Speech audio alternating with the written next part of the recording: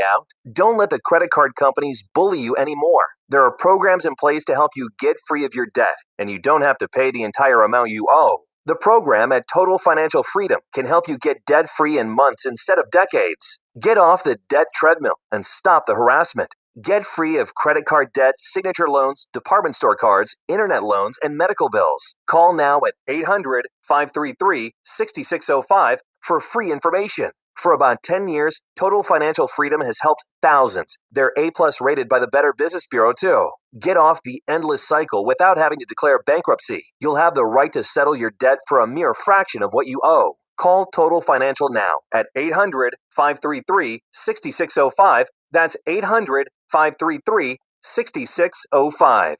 High school students are using their words to make history. So first, Jayla Jackson and Imani Stanton are the first black-female duo to win Harvard's International Debate Competition. This is in comparison to the average cost of college being nearly $36,000 per student. They trained every weekend for a year to do it.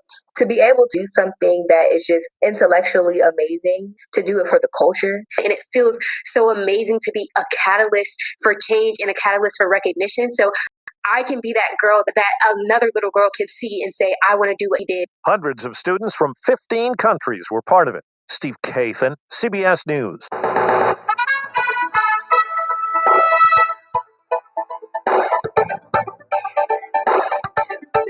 WWL First News. I'm Tom Perumian on your official weather station, WWL AM, FM, and .com.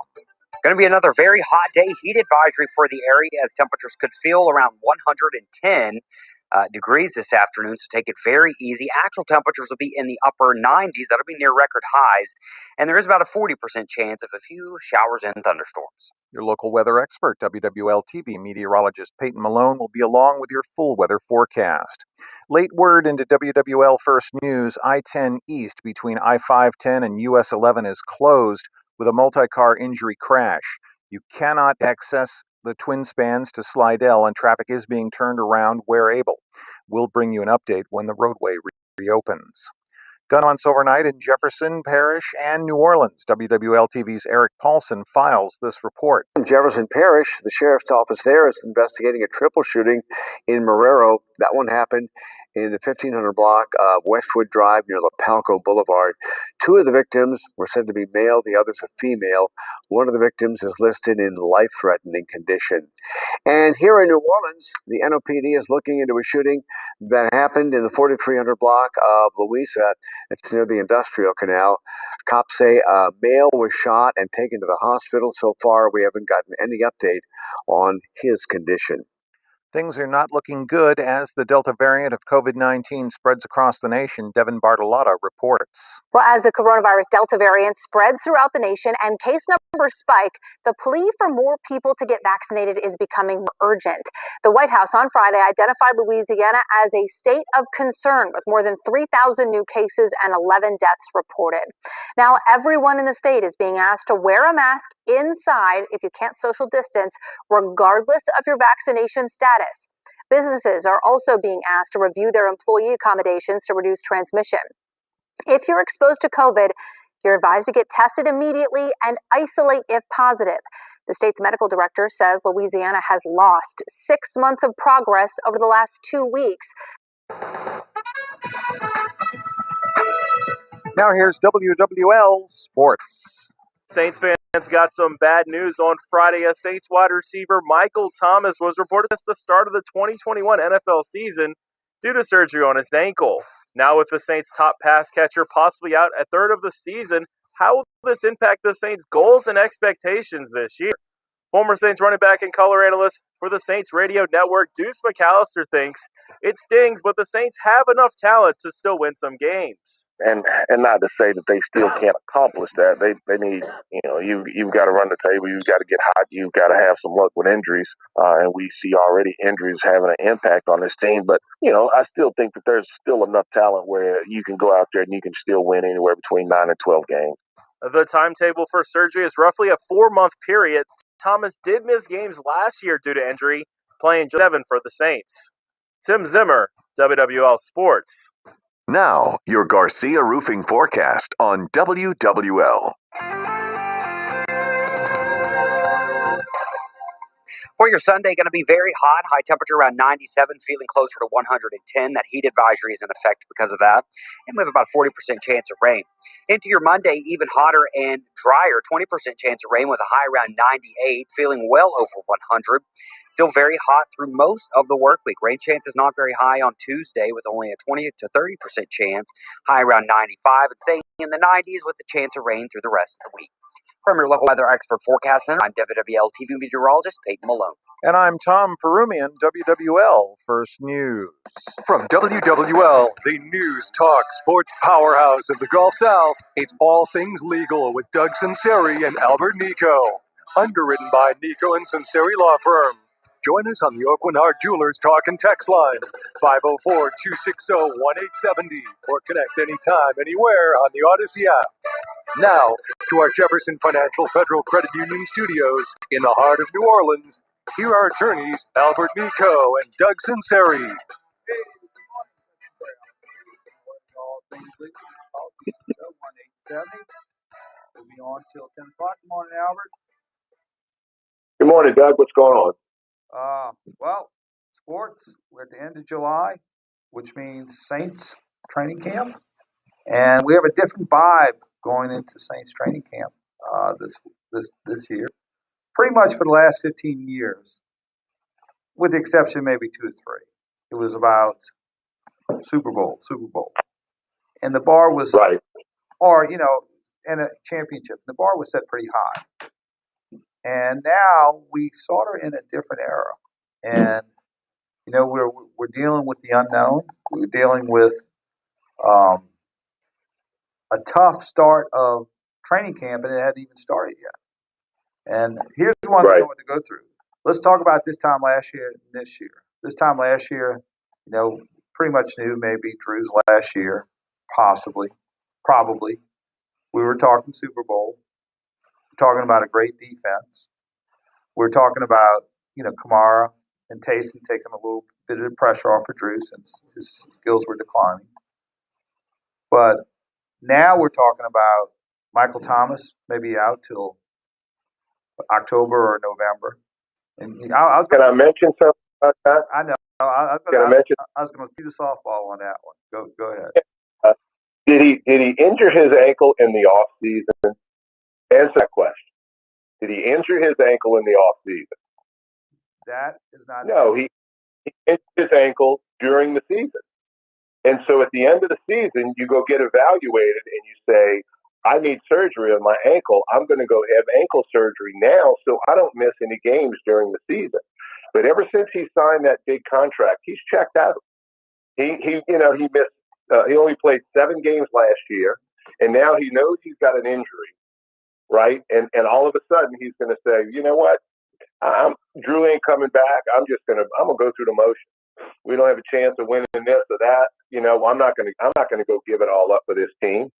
I'm gonna have surgery 2 weeks before the first preseason game. That's ridiculous. It's ridiculous, and you called it out not to sign him to that $100 million contract.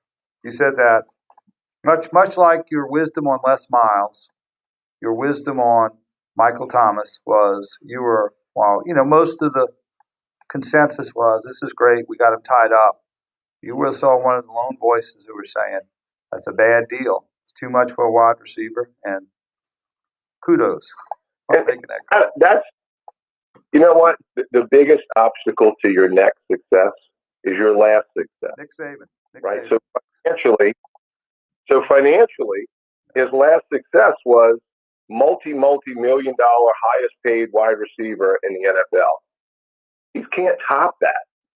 And so, you know what? I'm just going to collect my $10 million a game or whatever the heck he's making and $3 million a game. And then I'm just going to go, ride the pine. And if I don't have to play, I'm not going to play. Well, and a lot of them feel they don't want to practice. They just want to go play. And if I don't have to practice for a third of the season, collect my money, good.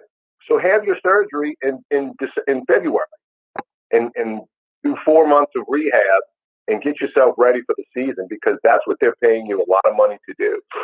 But instead, he'd rather, whine and complain about Drew and all these other things that he's been doing. And I'm over it. I'm over these high-paid billionaires, who can't work hard for the money that they're making. Well, what happens is you don't know the character of someone when you give them that contract until you get it. Antonio from Pittsburgh. Brown. I mean, he went south. Some players. Aaron Rodgers went south. Well, sort of turn it up a little bit, but you have to look at that as far as when you make $100 million investment, is you got to project on how they're going to handle it. And I'm sorry, Aaron Brooks went south, not Aaron Rodgers. Aaron Brooks did pretty good. He played great that first year when he was a backup. Just played like crazy. All of a sudden, he gets all rich. He's making all this money. He starts believing he's worth it. Well, so he's not working as hard. I don't have to work as hard. Some guys do. Some guys do. Jerry Rice was one. He was one of the highest paid receivers in the NFL, and he worked hard every year. He had a great work ethic. And it's just, why can't guys just say, hey, look, I'm lucky to be here. It's one out of every 50,000 kids that are playing high school ball that get here, and I need to give it my all, and they don't. Well, they don't. They just they rely on their lack of gratitude, and also it's just it is a risk, and it's not paying. This risk is not paying off because you're allocating a lot of cap money, probably about almost 1/8, 1/9 of your cap money to a guy who is not going to play. Also, Saints have lost David Alumada, which he anchors the defensive line. And here's the other thing that the Saints have to overcome. Coach Payton will have to do his best coaching job since he's become a coach. Here's the dead money that the Saints have to deal with. $11.5 million with Drew Brees. Janoris Jenkins, $7.2 million. He'll be at the Titans. He'll be playing against us, I think, in Week 17. Emmanuel Sanders. So let me stop you, Doug. When they trade that guy, they don't trade his guaranteed money too. No, it becomes due because they gave it to him as a bonus, and it's prorated, so it's up front. So it's prorated, and it becomes due on the trade. So it's a bonus. It's not guaranteed. It's a guaranteed money, which is upfront money. What they do is they reclassify it so they could spread the bonus over years. For example, let's say someone has a $10 million contract. What they'll do is, let me think of a good example, good round numbers. If somebody has two base salary of $5 million, and they want to get them, and they want to save on the salary cap. Yeah. What they'll do is they'll make their salary this year $5 million guaranteed as a bonus and a minimum salary, right. and you defer half of that converted salary to a bonus, right, to the following year or the lifetime of the contract. When you trade that player, it becomes immediately due, and that's the dead money.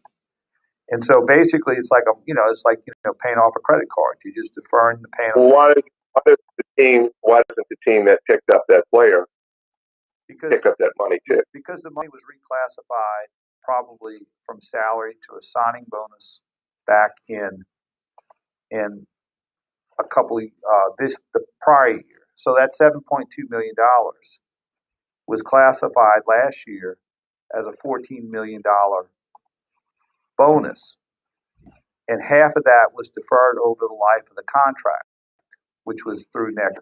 When he got cut, that bonus that was deferred for next year becomes immediately due. So it's basically like saying I'm going to charge you my credit card, make a minimum payment. I'm mortgage team. Yeah, you mortgage teams, and also you got Sheldon Rankins, $4 million. Thomas Morstead, you have a $2 million punter with dead money who's not going to punt for us. Jared Cook, $2 million. Malcolm Brown is not with the team; he's with the Jaguars, $1.5 million. Nick Eason, offensive lineman, We signed to a big contract a couple of years ago, $1 million. Josh Hill, $750,000. Taylor Stallworth, $150,000. But my point being is this. That's money that eats into your $33 million that eats into your salary cap, which is one thing. Then you have another $20 million that 20 plus for Michael Thomas. We talked about him. David Ayamada, who was suspended due to supplements. That's another 6 years. That's probably another $1.5 million, $2 million that's dead money for those 6 weeks. And also you have Marshawn Lattimore, which we're waiting to hear on his suspension. He's pretty bright. So he's pretty bright. Makes us $2 million a year and is caught with a stolen gun. A stolen weapon. Why do you have a stolen weapon? Just buy a weapon. You can go to Walmart. Well, it depends where you. It's a lot of times, a lot of states you can't. Really? And then also too. But my point being is this: you have probably about $50 million of dead money going into the opener, which is about a third. What's the total salary cap? I think it's 160. $1 million. If I'm not mistaken. I think it's 160. I'm not sure. I'll look that up. But if of course you don't have Bruce though. Right. Well, it's what I'm saying. It's going to be a real challenge. It's going to be a different. And Coach Bate's going to have to do a great coaching job. He has the potential to do this, but we're in a situation where the Saints could be anywhere from a 6-win team to a 10-win team. A 6-win team is easy as there would be a 10-win team. 6 and 11. So it'll be interesting. It'll be a new experience. We're going to have to readjust our expectations from the last 15 years because. Last Super Bowl playoffs. This year might be a little different expectations. I think it's going to be an up and down year. 1 week we play good, 1 week we lose, 1 week we beat a team we should have beat, 1 week we might beat a team we should, maybe a little better. So, Saints training camp opening this week, so it's that time of year. But we'll talk law. Doug Sunseri, Albert Nicaud, you can always all things. We'll be right back after this brief time out. When staying informed is non-negotiable, the Delta variant. Active search and rescue. But taking a break is a priority. Download the Odyssey app. You gotta download the app. Makes it really easy. When I don't have a radio, I can still listen. I even have the app on my phone. Traffic updates help so much when I'm traveling. Because news never takes a vacation. This is my news station. It's where I get my news. Download the Odyssey app today and stream WWL If anytime. you or a loved one are suffering from addiction, listen to Springfield Wellness Center's founder, Paula Norris Metier. Being able to block somebody's craving, that is the nugget. We have no calls yet. You can detox somebody and get the substance removed from the system physically, but it doesn't change the brain. A lot of people think people are trying to get high.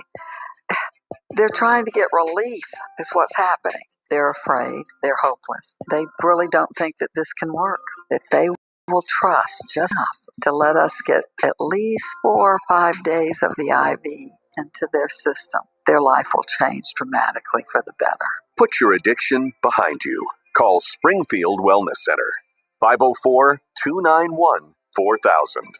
Just call us. That's all. And we'll be waiting for you. 504-291-4000. 291-4000. Springfield Wellness Center. Hey, Troy, tell us why now is the best time to sell your car. Tommy, I've never seen used car values this high in over 30 years. There's never going to be a better time to trade in. If you're looking to sell your car but don't know where to go, we've got the answer. It's fast, easy, and convenient. PremierBuysCars.com. Log on, tell us a little bit about your car, and within seconds, we'll give you a great offer, and you'll have a check in your hand the same day. Don't want a hassle of selling your own car and dealing with the paperwork? We'll handle it all today. Even if you owe money in your car, we're here to help. That's right, PremierBuysCars.com. This once-in-a-lifetime opportunity to sell your used car at top dollar will not last. Head to PremierBuysCars.com today. You can head to any of Troy's local dealerships, Toyota of New Orleans, Premier Honda, Premier Nissan of Metairie, Premier Kia of Kenner, or Premier Chrysler Jeep Dodge Ram. This is attorney Doug Sunseri, host of All Things Legal on Sunday morning. This is attorney Michelle Demra Sunseri. As a result of COVID-19, many are experiencing unique family law difficulties resulting in divorce and custody issues. Also, we learned the importance of estate planning with powers of attorney. At Nicaud Sunseri Law Firm, we make the complex understandable. Call me at my Metairie office at 504-837-1304. Or call the Boss Lady on the North Shore at the office in Mandeville, 985-624-9697. Boss lady, really? What says I love diamond stud earrings from Oakland Home? We personally search through thousands of diamonds to choose only those special diamonds that possess the rare characteristics that achieve the biggest size with the most fire and brilliance for your money.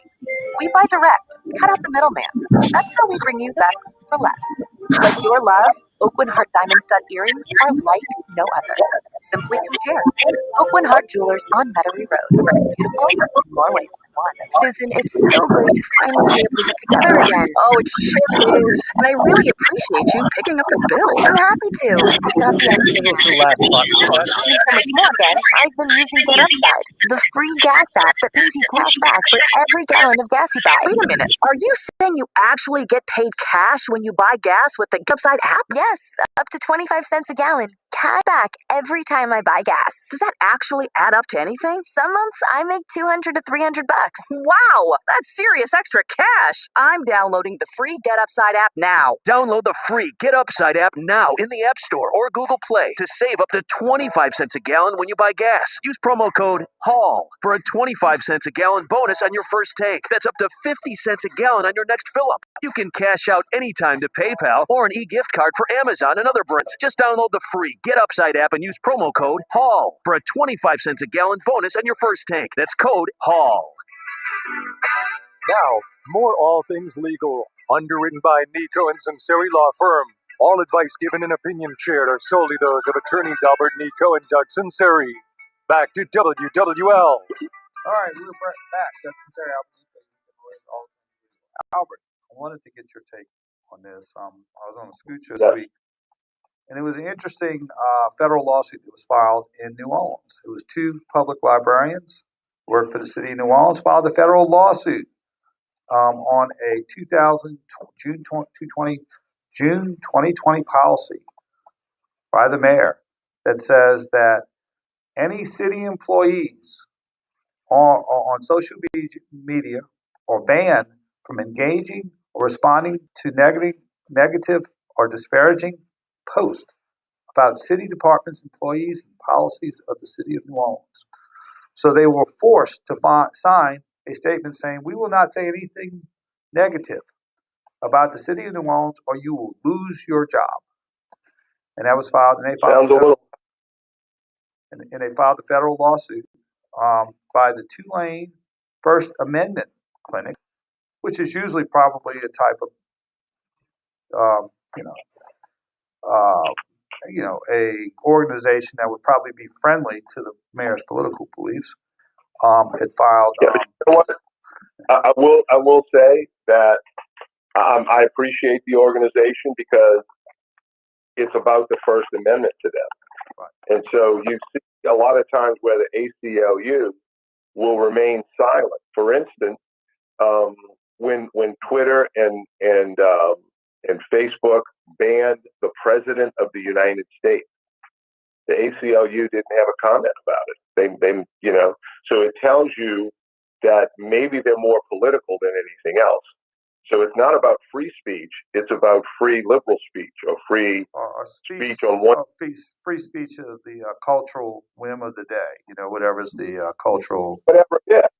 Whereas at least this Tulane free speech department, whatever it is about free speech, and that's what our country has, and millions of people have fought and died for our ability to be able to say what we want. We ought to be able to say, if we believe that the vaccines are horrible, whether it's true or not,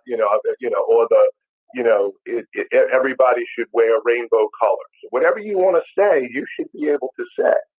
And so whether it's left or right or middle or whoever, the election was stolen. The election wasn't stolen.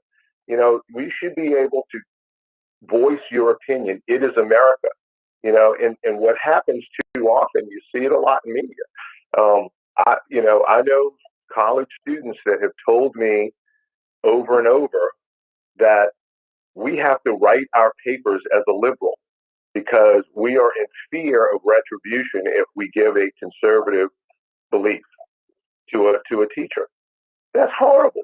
That's horrible. Now we don't have the exchange of ideas, and so again, I'm all for it. I think it's crazy if you can't make comments about your own government or your own employer.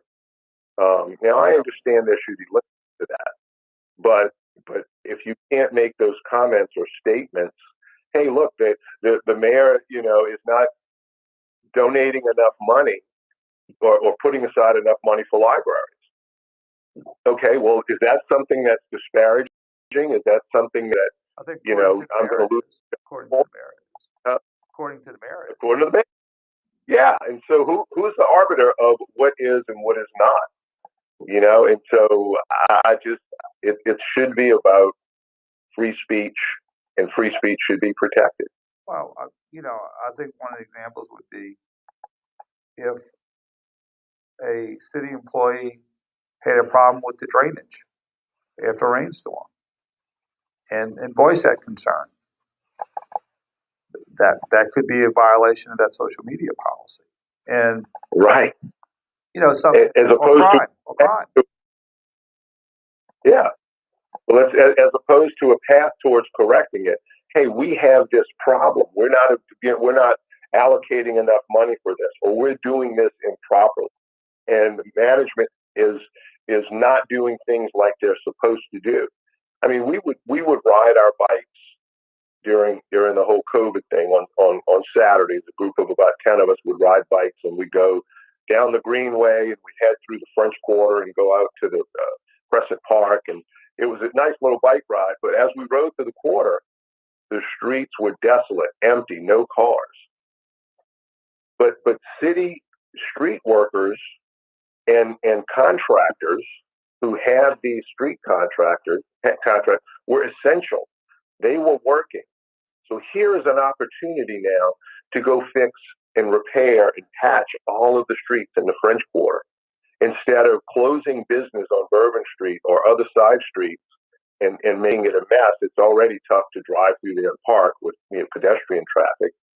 And so instead of doing that, they just did nothing. And now all of a sudden they want to start these road projects in the quarter. And it's just, if there is a lack of leadership and if there's a lack of if there's poor decision making going on in government, it is our function as individuals, whether you don't lose your right to be an individual or to have your voice heard just because you're a city employee. I mean, that's craziness. Well, that ought to be a well, and I think one of the things too is interesting is, they ask, what's the difference between a public employer and a private employer? When you work for government and they're telling you how you're supposed to express yourself, how you're supposed to think, that's, as opposed to a private, where it's a voluntary association. There's only one government. There's a lot of potential employers. And so, when they're telling you that you can or cannot say this, these are the kind of things that happen in Cuba and Russia or old Russia. You say, because, right now you have a real issue regarding police protection, the allocation of resources for police protection. You have a real issue regarding, the prosecution of crime, keeping streets safe, allocation of resources, you had that. Those are legitimate questions. And if you're a city employee, you could be sanctioned for having a discussion in a public social media forum regarding concerns about that. You have the WWL story last week, where someone was broken into in his car 9 times in Lakeview. 9 times. His window was smashed in his vehicle. And if he was a city employee and complained about that, he could be fired, and so the ridiculousness of that. And, the other thing too, why are you going to tell people to just shut up, but ignore the real problem? I mean, getting people to shut up about the problem isn't it's an solving the election year. problem. Yeah, well, it doesn't. So yeah, well, that's. Yeah, I don't want you to say anything bad about me. Yeah, But we got an election coming up. Again, and like I said, and the young man who lives in Lakeview, who's been broken into on time, he's bought a house in the North Shore. He says, "I'm done." That's another $5,000 or $10,000 of taxes that the city of New Orleans lost, which continues to happen. Property taxes. That's not his sales taxes and everything else he does anymore. Because you can't drain a city, you can't protect its citizens, you don't have any accountability, you don't have city services, you don't have any inclination to be friendly to business, and you spit out rhetoric that divides people rather than bring them together. So that's just an interesting thing. Lawsuit that's filed in New Orleans. I agree. Like you said, I think this is a no-brainer. I don't see any reasonable restriction, that being a reasonable restriction. Now, if you tailor the restriction to say you can't discuss proprietary information, you can't. Of course. You can't. You can't. We learned this in the first day of law school. You can't scream fire in a crowded theater. Anything that's about public safety that could cause harm to another person. But this is just an expression on how your city works, and you're not allowed to do that. And that's the type of thing. I mean, especially if college students are listening, that's the kind of thing that happened. In Germany. So it happened in Russia. It's happening right now in Cuba. That's what what does the Cuban government do in response to people rising up against Marxism? They take away their internet, take away the ability to communicate. And if you can't, you know who Karl Marx was? Karl Marx was an unemployed writer. Yeah. That's what he was. Unemployed writer. Yeah, a guy who never had skin in the game, never worked a day in his life, never worked hard, was not an electrician or a plumber he was tenured too. Yeah, well, yeah. So he was, he just sat around and wrote about this utopian, unrealistic society that never has worked. And now we've got people that, what they say is, it just hadn't been implemented. Again, with those trying to relive. No, that's interesting. Socialism was a curse word when we were taught that socialism was bad. It was as bad as anything else. Stay away from it. Mm-hmm. Now it's being embraced, but it is what it is. All right, let's go to a break. That's Sunseri, Albert Nicaud. We'll be right back. WWL is your home team, home of the New Orleans Saints, home of the LSU Fighting Tigers, home of Bobby Hebert, Deuce McAllister, and Mike Haas. For all pro analysis of the teams you love, catch Sports Talk, weekdays 4 to 8 p.m. with Bobby Hebert, Christian Garrick, and Mike Detillier. Then game day, connect to the home team. On air, online, on social. WWL. At Diamonds Direct, nobody tells our story better than our own associates. I hear from customers that come in how shocked they are. You're able to, only with Diamonds Direct, afford a diamond that they never in their wildest dreams thought they'd be able to get. People are just thrilled with what we offer. I have exponentially more to choose from. The resources that we have away from our wholesale roots, really untouchable. When you come here to Diamonds Direct, you know it's something special. You know it's something that is one of a kind, and you got that at such a phenomenal value. To be a jeweler and have this kind of firepower, we have all these mountings, all this selection, all these diamonds at incredible prices is just unmatched. And I think our customers appreciate that we are so open and honest about every part of this process. What they're surprised by is the extent that we go to provide an unparalleled, luxurious shopping experience. This company has a 60-year heritage in diamond cutting, diamond mining, diamond wholesaling. So there's no possible way to get any closer to the source than with Diamonds Direct. We won't be undersold. Diamonds Direct. Your love, our passion. Store hours and directions at diamondsdirect.com. Diabetes, high blood pressure, anxiety meds, everyone's on them. If you're a 50-year-old male, maybe a bit porky, and you may even have type 2 diabetes, $1 million of term insurance may only cost you about $200 a month. Call Term Provider. Speak with Big Lou at 800-777-1979. And no one holding yet. Big Lou will find a term life policy for you even if you have type 2 diabetes, are overweight, or have high blood pressure. Term Provider has helped thousands of people like you who think they can't afford term life insurance. To buy $1 million of affordable term life for you, all you need to do do is call Big Lou at 800-777-1979. Lou will make sure the scales are tipped in your favor. Call 800-777-1979. Big Lou will answer your call and work to fit you into a term life policy that you can afford. Remember, Big Lou's like you. He's on meds too. Call 800-777-1979. 800-777-1979. WWL is the lifeline of the Louisiana community. And so, when it comes to our coffee, there's only one choice. Community Coffee, the official coffee of WWL. It's grilling and chilling time at Clearwater Pool and Spa. Huge selection of spas to choose from. Come home to total relaxation with your spa and Traeger Grill from Clearwater Pool and Spa, 4001 Highway 190 in Covington and 2004 Veterans Memorial Boulevard in Metairie. We're planning a trip to Spain later this year. But our Spanish is pretty bad. When you learn one more short spot after this and we're going live. Babbel is designed with that goal in mind. Babbel's conversation-based method teaches you real-life words and phrases. And with Babbel's interactive, bite-sized lessons, you'll remember what you learned. ¿Cómo te llamas? ¿Cómo te llamas? ¿De dónde eres? ¿De dónde eres? No matter your learning style or experience level, Babbel has lessons designed for you that will get you speaking quickly and confidently. I tried learning Spanish before, but I couldn't stick with it until I found Babbel. There's no easier way to learn another language. Ahora hablamos español. He just said now we speak Spanish. I can't wait to use our new language skills on our upcoming adventures. Babbel, language for life. Celebrating 10 million subscriptions sold. Now try Babbel for free at Babbel.com. Just go to Babbel.com and start learning a new language today. That's Babbel.com. Babbel.com. We're all on this planet together, so join Odyssey and find your one thing. During summer, be sure to use dishwashers and stoves in the evening to minimize the effects of heat. Join Odyssey, and together, each of us doing one thing makes a greener tomorrow. What's your one thing? All Things Legal with Doug Sunseri and Albert Nicaud on WWL and Odyssey Station. Connect now on the Oakwinhart Jewelers Talk and Text line, 504-260-1870. Hey, we're back. Doug Sunseri, Albert Nicaud, your Weekend Lawyers, All Things Legal. I had it up. Before we go, Albert, you've been watching the Olympics? You watched first day? I haven't. No, I haven't. I want to. I just haven't. Yeah.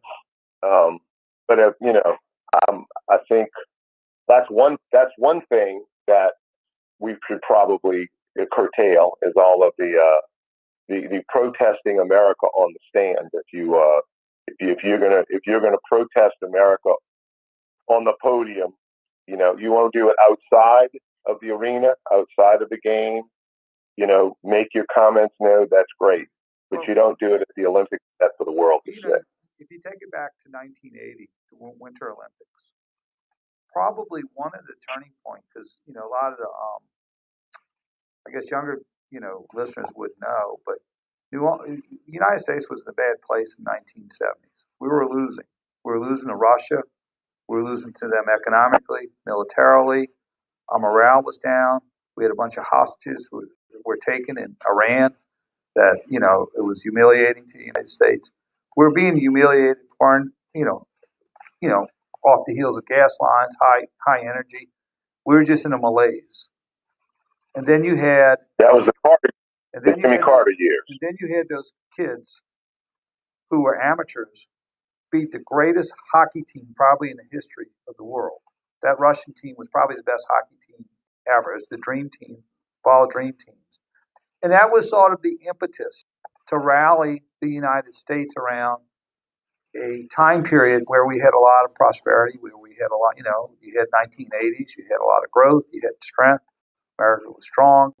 People were able to do their opportunities. It was a good time in the United States. And so the Olympics, it's just sad that you can't celebrate that. Heck, go play for someone, go get a citizen somewhere else. And that's right. Go to somewhere, go to Venezuela, and play for them and see, and see how, see what's the or Cuba, the day-to-day life. But, it's just as interesting. Well, look, while we're airing our dirty laundry, I guess you noticed the NFL pulled the fast one. Yeah. They went ahead and announced that after season tickets were all purchased, that they're going to play, that they're going to sing the Black National Anthem before every game. Well, yeah. Now, we are I one nation, God. Well, right? What is more divisive than that? Why would they do that? Well, why would they do that? It's one nation under God, and we're going to have a separate national anthem. Well, no, there's one national anthem. Well, I mean, I guess people can buy the tickets or not if they, not happy with it. But no, they bought them already. That's what I'm saying. They did it. They did it after season tickets were purchased. They already bought their season tickets, and they announced it a month before the preseason game. Okay, here's something that's interesting I want to talk about. This is you being in contracting. It's a new case. What we have is it's the case out of Vancouver, Washington. You had a couple who went and needed their roof fixed. So the roofing company came over and said, we can fix it in a day, and no problem. So then when the customers tried to blow up, they had some rude interaction with the roofing company, and they sort of maybe backtracked a little bit on what they could and could not do. So the couple wrote a 1-star Google review detailing their negative experience with the roofing company. The roofing company, and they also they were unable to file a BBB claim because they were not members. So therefore, the roofing company contacted the customers and said, if you don't remove that, we're going to sue you for $112,000 for the negative review. Definitely. And so that lawsuit is pending. Now, what I think the issue is can a homeowner or a customer be liable for a review? Now, with a maybe a customer review. Now, one of the things that they call what they call a SLAP, SLAPP, is that it's a SLAP. I didn't know about SLAP suits. You knew about this? Yeah. What's that? Sure. Yeah. Why don't you tell us what SLAP suits are? You can't dilute my cause of action against you by claiming defamation in the same lawsuit, because it will, now afterwards, if it turns out to be untrue, you will have that cause of action. But truth, of course, is defense to defamation. And so if I'm going to just make it up and say, yeah, this roofer came along and they were going to do my roof and they did a horrible job, and the roofer has never done your roof before, and it's that obvious that it's that much of a lie, then yeah, you can sue them for defamation because they've hurt your business, they've defamed you, and it's totally untrue. Now, the question is that, the devil's always in the details, and the one thing, you and I learned in law school that there are three sides to every story, right? So it might be partly true, might be partly untrue, and so I think courts will stay away from any kind of defamation action where that's concerned. But yeah, it's something called a SLAP suit. Yeah, and basically, one of the concepts is that a lot of employers have a distinct advantage over a consumer. And I think one of the issues here is the employer said, since you did this, we're gonna drive you into bankruptcy one way or the other. Either we get a judgment against you, or you're gonna have to spend your money to defend the lawsuit against us, which is going to cost you a lot of money unless you rectify this situation. So basically, it is stating, either we have to lawyer up, which we really, which obviously the customer in this case couldn't really afford to do. They had, it was a great expense to them to defend a lawsuit or pay their demand. And they could do, basically they're in a situation where they could do neither. But I think one of the attorneys who were commenting on this, he had said that if you probably protect it if you're just expressing an opinion. In other words, if you express an opinion, well, I had a good experience, a bad experience, you're probably covered. And that's what other customers have done in the past. But if you're doing it for the purpose of intentionally harming a family-owned business, hurt their employees, maybe you have crossed the line. So, what would be the distinction between expressing an opinion and maybe crossing that line in a Google review that said, no, that's something that's actionable? Well, and I think that goes back to what I was saying. I was quoting the opposite extreme.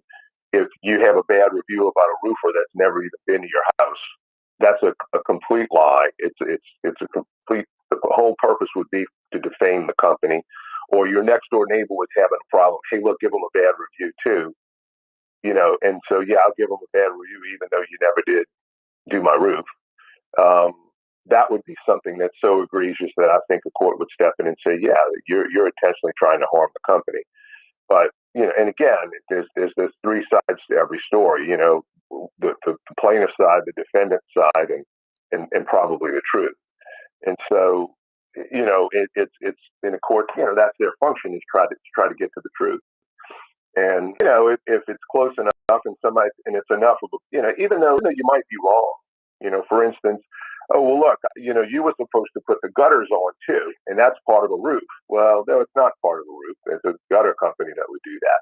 And you put a review, this is a horrible company. They didn't put gutters on my house after putting on the roof.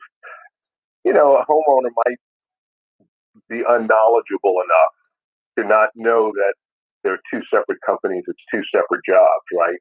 And so the court may say, look, that's really not a defamatory statement. They believed what they were saying was true.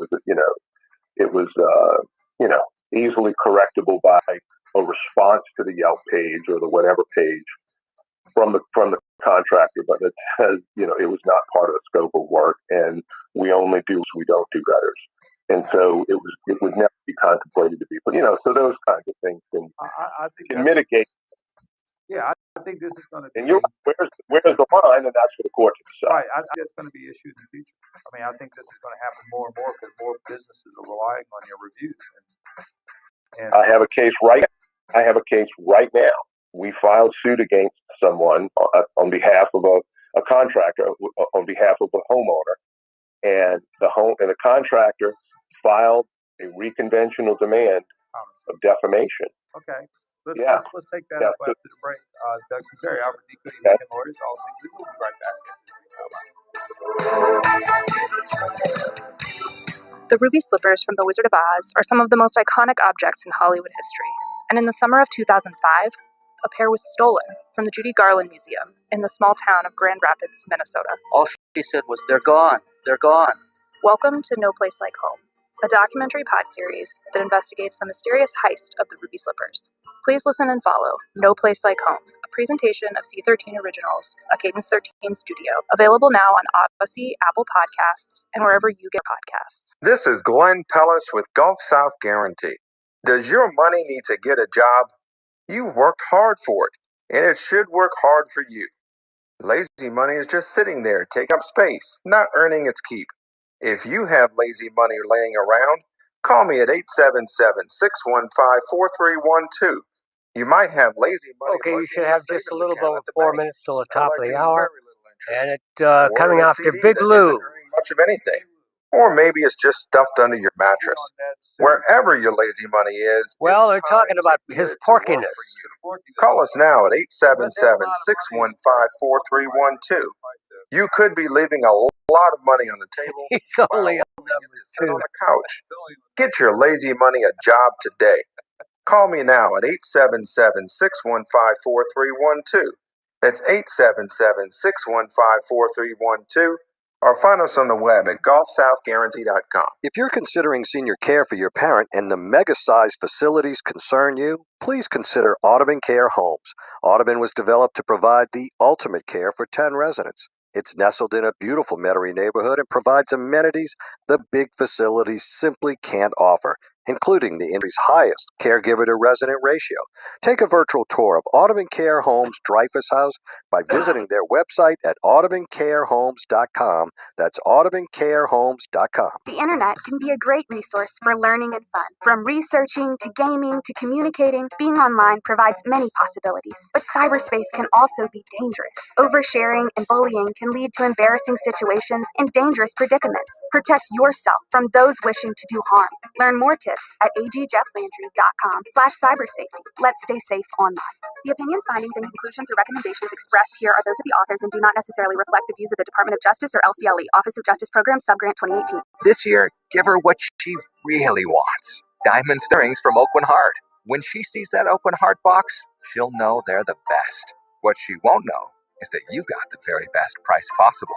Oakland Heart Jewelers on Metairie Road. Rejuvenate your nights with Rejuvame. RejuvameMedical.com. Diabetes, high blood pressure, anxiety meds, everyone's on them. If you're a 50-year-old male, maybe a bit porky, and you may even have type 2 diabetes, $1 million of term insurance may only cost you about $200 a month. Call Term Provider. Speak with Big Lou at 800-568-2790. Big Lou will find a term life policy for you even if you have type 2 diabetes, are overweight, or have high blood pressure. Term Provider has helped thousands of people like you who think they can't afford term life insurance. To buy $1 million of affordable term life for you, all you need to do is call Big Lou at 800-568-2790. Lou will make sure the scales are tipped in your favor. Call 800-568-2790. Big Lou will answer your call and work to fit you into a term life policy that you can afford. Remember, Big Lou's like you. He's on meds too. Call 800-568-2790. 800-568-2790. All things legal on WWL. Consult with Nicaud and Sunseri now on the Oakland Heart Jewelers Talk and Text line, 504-260-1870. And don't forget to rewind on the Odyssey app. Hey, we're back. Doug Sunseri, your weekend lawyers, got about 3 or 4 minutes, top of the hour. We're talking about what is called SLAPP lawsuits. It is a SLAPP lawsuits or strategic lawsuits against public participation in reviewing businesses, and they're designed to silence critics by forcing them to spend money to defend a lawsuit. And Albert was talking about one of the issues that he had to deal with.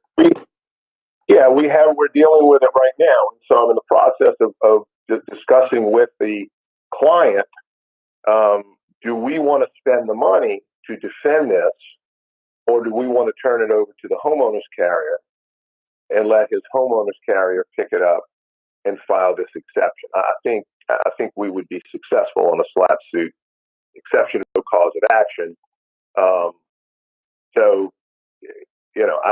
But again, I think it would be covered, and people would be very surprised by what is covered by your homeowner's policy. But again, if defamation is one thing that is covered, assuming that it was not an intentional act, right? So this would be something that I think we can turn over to the homeowner's carrier, let the homeowner's carrier get involved, and get the case dismissed. And I sent the guy some law on it, and he said, well, that it wasn't related to this. And I'm like, well, yes, it is related to this. It was absolutely related. It was because of the poor job you did on their house, and their floors are buckling, and all the issues and problems that they've had with it. So, still making that decision, but I feel very comfortable that case will be summarily dismissed on the reconvention. That's probably an area of law where at some point more and more legislatures are going to look at stopping businesses from utilizing maybe their financial advantage to sue consumers to silence them. We've heard that in a different context. We talked about that earlier, but basically saying, hey, you can't express in the public, in commerce, your opinion regarding a particular service that you had with a particular professional or doctor or a contractor. Talked about this being, he talked about this being in Oregon. You would think that the Oregon ACLU would get involved with this as well. No, I mean, this is you're squelching free speech and God bless them. They're the champions of that, and so this is another thing that should be taken up and put to the forefront, so where businesses don't try to do this in the future. It's a little different context.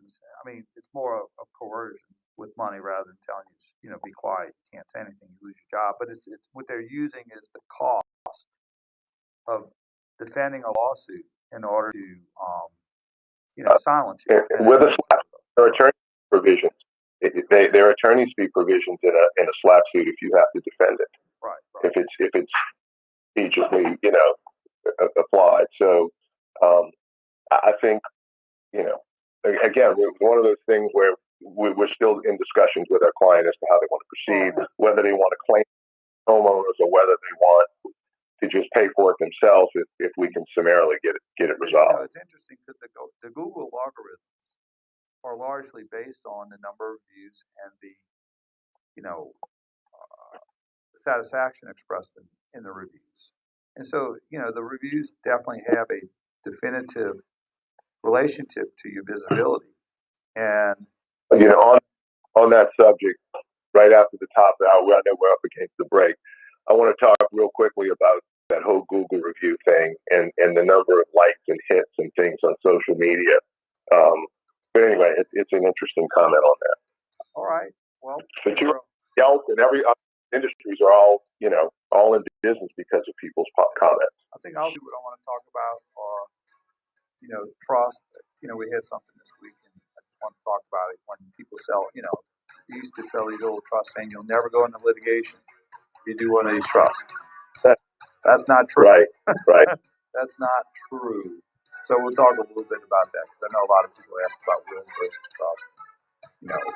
When should I use them, when should not, in connection with estate planning. But if you ever hear someone saying, if you do these trusts, you stay out of litigation, run. All right, let's go to a break. We're going to national news, local news. We're back for hour number 2 and all things legal. We'll see you in about 10 minutes.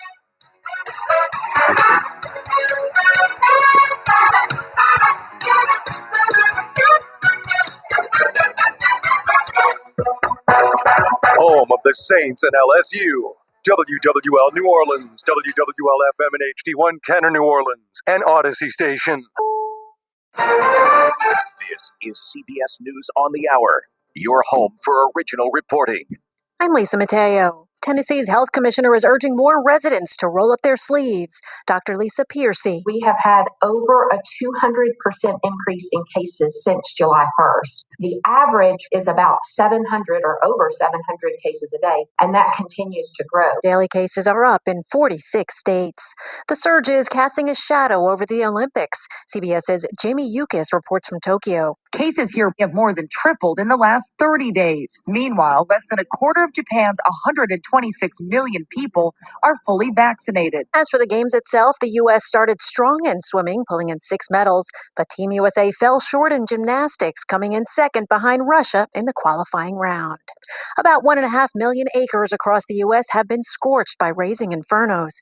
CBS's Lilia Luciano is in California. Wildfires are spreading across the West, fueled by the extreme drought and heat. The Dixie Fire in Northern California has exploded to nearly 200,000 acres, threatening 7,000 homes. Everyone kind of had this worried, ominous feeling. In the Sierra Nevada, new evacuations are underway now that the Tamarack Fire has jumped from California to Nevada. The nation's largest fire is in Oregon. The Bootleg Fire is expanding by about 4 miles every day and has already scorched 401,000 acres. The strike is over for hundreds of Frito-Lay workers in Topeka, Kansas. KCTV's Carolina Cruz has more on what they were fighting for. For 20 days, more than 600 workers stayed on the picket line. Their major complaints focused on stagnant wages, being forced to work 12-hour shifts, and unsafe working conditions. The local 218 said its members voted to ratify a new collective bargaining agreement ending the strike. The deal entitles union workers to a 4% pay raise over the next 2 years and guarantees employees at least 1 day off per week. Americans are taking a stand for the elderly in need of medical assistance. Medicare for All rallies were held nationwide, including this one in Portland, Maine. I have seen insurance companies come between me and my patients to get the health care that they need. We are losing dozens of Maine people every year who are dying because they cannot afford health care. Today would have been the 80th birthday of Emmett Till. To mark the occasion, the Mississippi Civil Rights Museum and Museum of Mississippi History in Jackson are offering free admission. Till was 14 when two white men kidnapped and lynched the black teen from Chicago. He was visiting family from Mississippi. This is CBS News. Get CBS News Radio on the Odyssey app. All the audio that matters to you is on Odyssey. News, music, sports, and podcasts. Download the Odyssey app today. Are you more than $10,000 in debt? Feel like you're on a never-ending treadmill, staying in one place and never getting ahead with those minimum payments? You feel like there's no way out? Don't let the credit card companies bully you anymore. There are programs in place to help you get free of your debt, and you don't have to pay the entire amount you owe. The program at Total Financial Freedom can help you get debt-free in months instead of decades. Get off the debt treadmill and stop the harassment. Get free of credit card debt, signature loans, department store cards, internet loans, and medical bills. Call now at 800-533-6605 for free information. For about 10 years, Total Financial Freedom has helped thousands. They're A+ rated by the Better Business Bureau, too. Get off the endless cycle without having to declare bankruptcy. You'll have the right to settle your debt for a mere fraction of what you owe. Call Total Financial now at 800-533-6605. That's 800-533-6605. WWL First News. I'm Tom Perumian on your official weather station, WWL AM, FM, and .com. Another very hot day. Temperatures running well above normal. We'll get into the upper 90s this afternoon, but with that humidity going to feel much hotter. That heat advisory means it could feel upwards of around 110. So be very careful. Drink plenty of water. Take breaks. Be in the shade this afternoon if you can.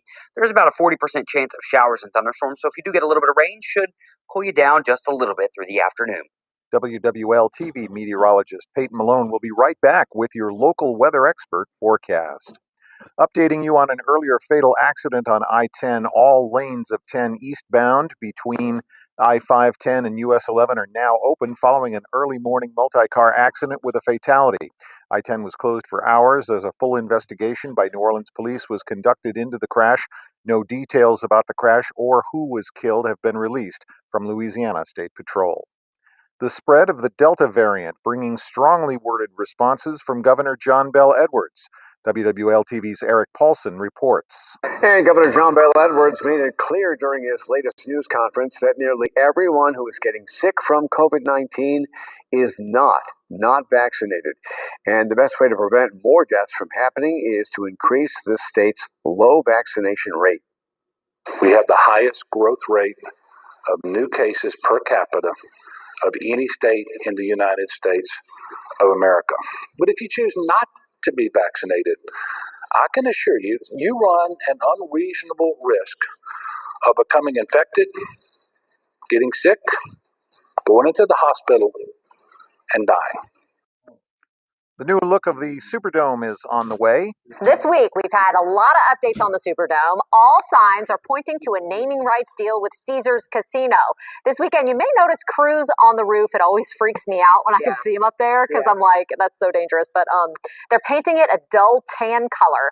Before you get upset about that, though, we can confirm it's just a base coat. Yeah, former Channel 4 anchor and the new voice of the Saints, Mike Hall, says due to some shortages right now, that's the only color that was available for the base coat. And I'm sure you need a lot of paint for the Superdome. He assures us they will put a new coat of white paint over that. That's WWL-TV's Sheba Turk and Katie Moore reporting. And in WWL Sports, with the news on Friday that Saints wide receiver Michael Thomas would be missing the start of the 2021 NFL season, the Saints offense will look to find ways to get the ball into the hands of other playmakers on offense. Fourth-year veteran Traquan Smith will be the Saints' most experienced wideout as of today. Former Saints running back and color analyst for the Saints Radio Network, Deuce McAllister, thinks not only could this impact the Saints wide receiver depth chart, but also other positions on the roster.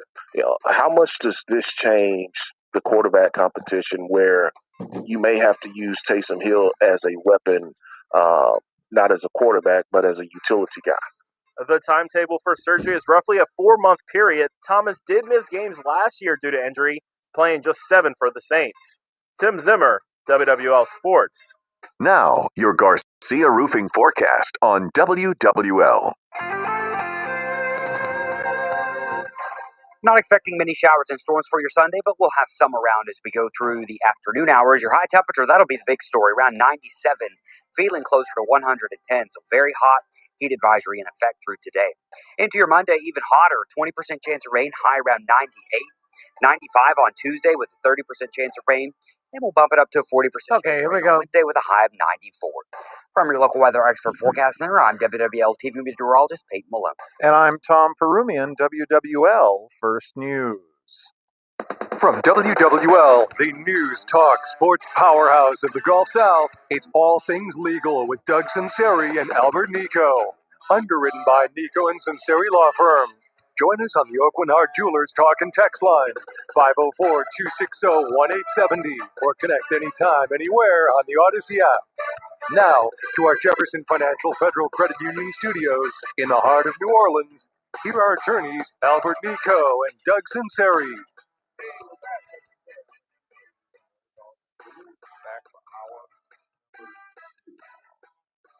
Stepped out for a second. Men volleyball. Albert, I have a feeling, this is just a feeling, that in the late 1970s, when you were a PKT at UNO, I think y'all would have probably had parties for the women's volleyball matches, huh? Y'all would have a big party for it to watch, huh? We had parties for every reason. we had a when Lady Di married Prince Charles. We had a tea and crumpets party at like 2 a.m. because they were like 8 hours ahead of 7 hours ahead of 5 kegs of beer, right? Yeah, right. It was a Long Island beer. But I was just thinking if I was in college, it'd probably be a pretty popular sport, you know.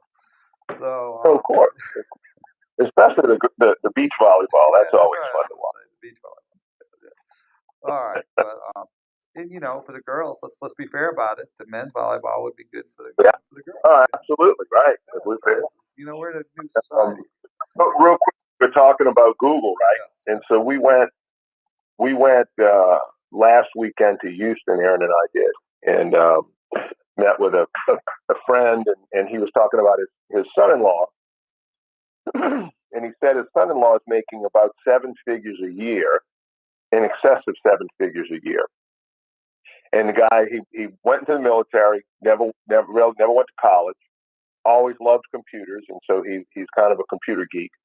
So he says what he does, and it's of course, the big tech companies hate him and are trying to put him out of business. But what he does is he sells hits. Okay, so if you have an Instagram post, or if you have a Twitter post, right? How many hits do you want? 10,000 hits? Okay, it's 4 cents a hit or whatever. And he sells these hits. And they're manufactured. They're not people actually hitting, it's a computer program that just keeps hitting it that many times as a view.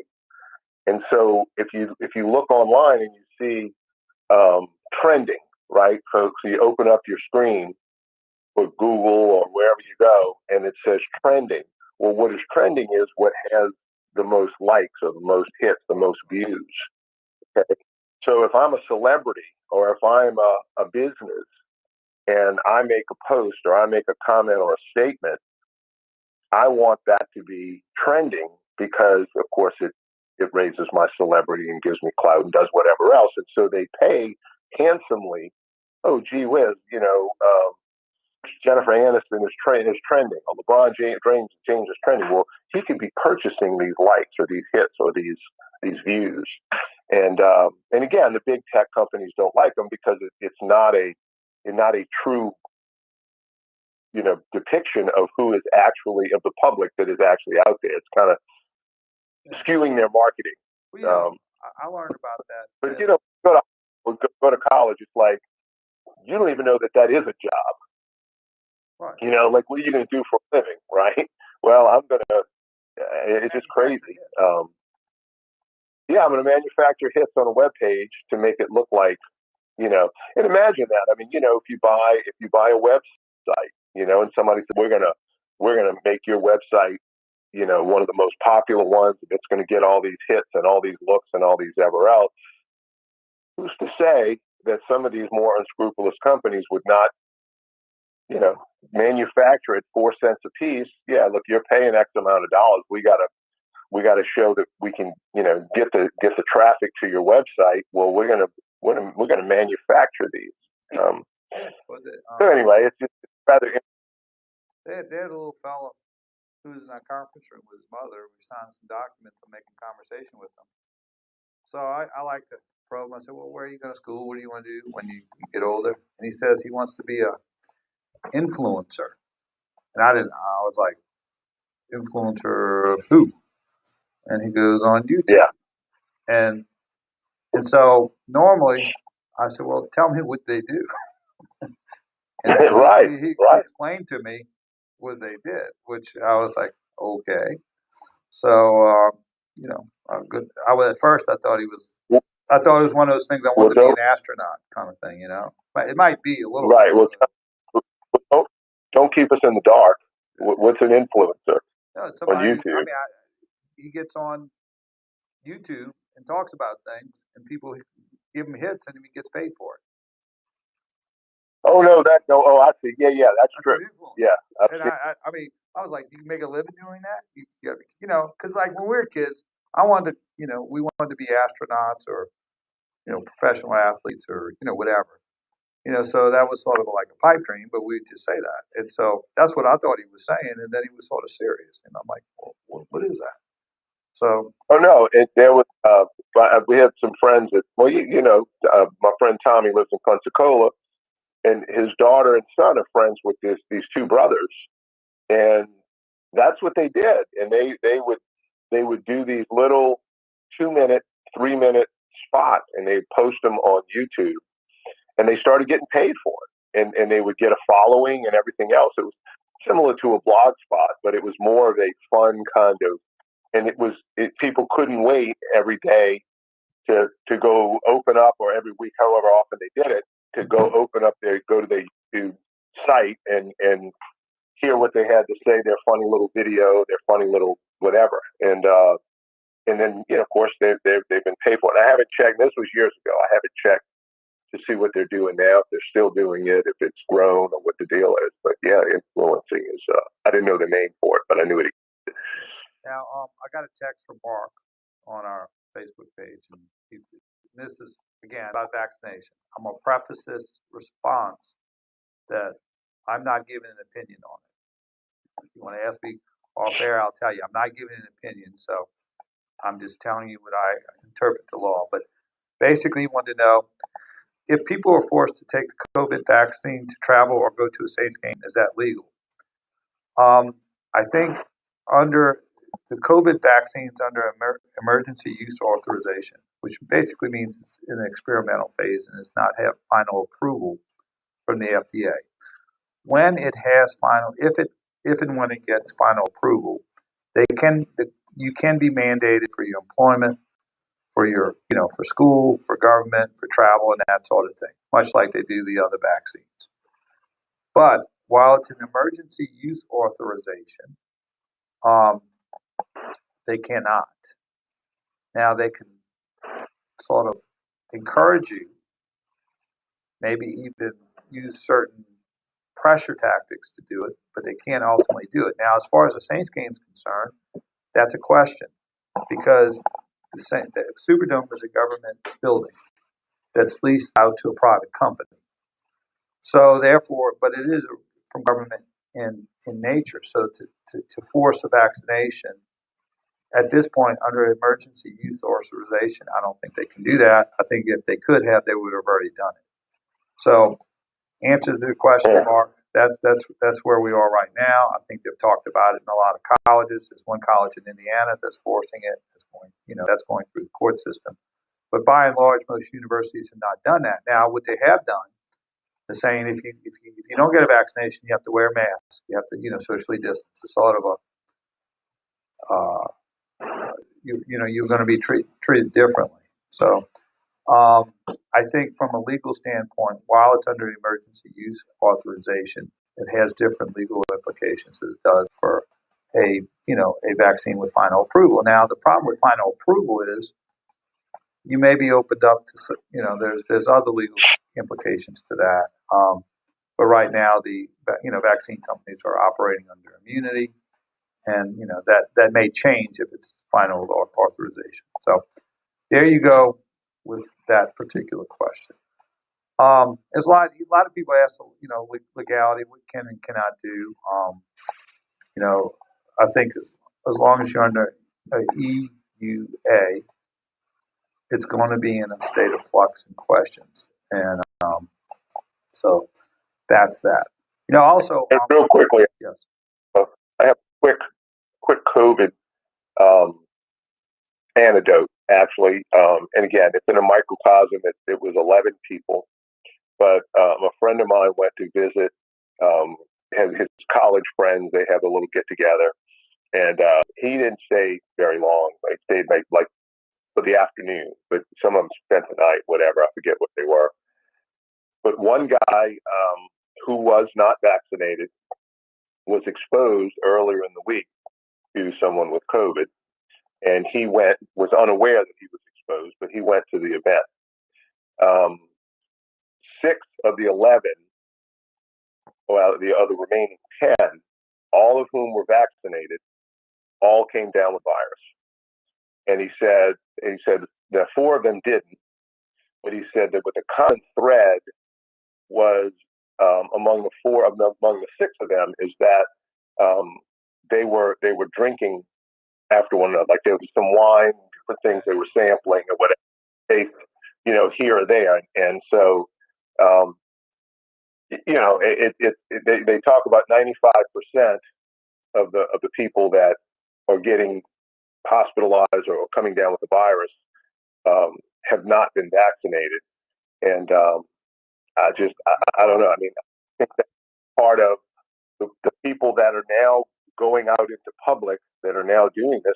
They're getting the virus for the first time, like so many people did before. That was that whole herd immunity we never reached because people were locked up. Well, now that people are out, they're going to be exposed to the virus, and so we're going to have more cases. I just think that's logical. Here are the questions from a legal standpoint.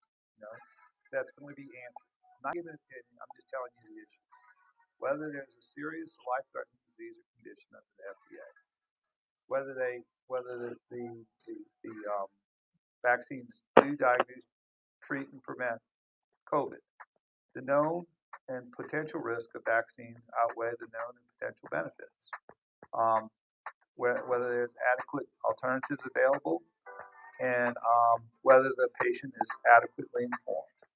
Those are the issues that everyone should look into and need to be addressed. And this is just an observation here.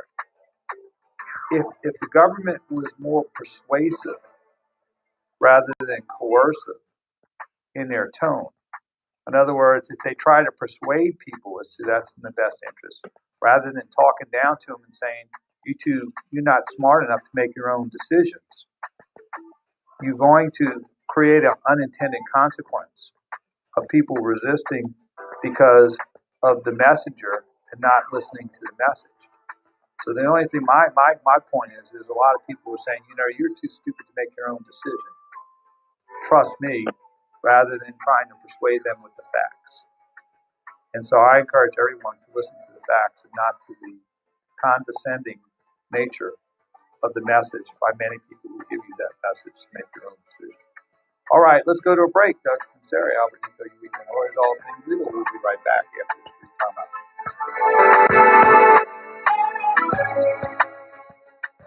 WWL is your home team, home of the New Orleans Saints, home of the... Okay, gentlemen, we have a caller. His name is Vernon.